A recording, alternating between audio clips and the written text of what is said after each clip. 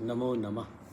आज आपण श्री सिद्धांत शिखामणीतील भक्त महात्म्य स्थल हे स्थल पाहणार आहोत. या स्थलामध्ये शिवभक्ताची प्रशंसा आचार्यांनी केलेली आहे.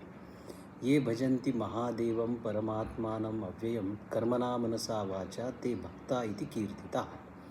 भक्त कुणाला म्हणावं तर जे हाताने पूजन करून, कायिक क्रियेने, शिवलिंगाचे ध्यान करून, मानस क्रियेने आणि शिवस्तुती करून वाचिक क्रियेने असं काया वाचा मनसा त्रिविध रूपाने लिंगरूपी शिवाचे भजन करतात, त्यांना शिवभक्त अशी संज्ञा प्राप्त होते.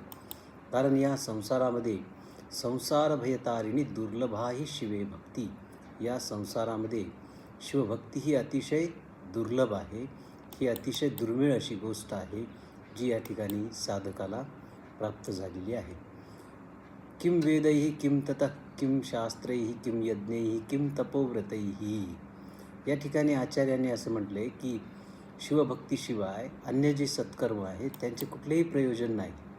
वेदाचा अभ्यास करून उपयोग नाही, शास्त्राध्ययन करून उपयोग नाही, यज्ञ करून उपयोग नाही, मोठी तपश्चर्या किंवा व्रत करूनही उपयोग नाही जर त्याच्या ठिकाणी शिवभक्ती नसेल. त्याचं उदाहरण देत असताना आचार्य म्हणतात की दक्षस्यापि महाध्वरे, जो दक्ष राजा होता, दक्ष प्रजापती, त्याने शिवभक्ती न करता तो यज्ञ केला आणि त्याचा विपरीत परिणाम त्याला भोगावा लागला.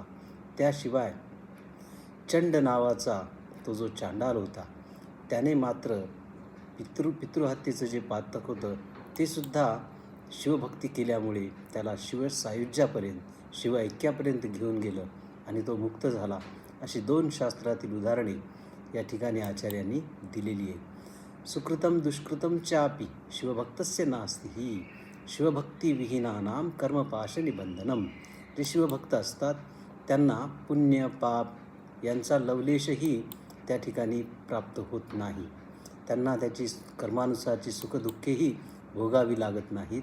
जसे सूर्यरथाला जुंपलेल्या घोड्यांना अंधकाराची भीती नसते, तसे शिवाशी एकरूप झालेल्या किंवा शिवभक्ती करणाऱ्या साधकाला पाप आणि पुण्य यांच्या कर्माचा संबंध नसतो किंवा त्याचे भोग त्याला भोगावे लागत नाही.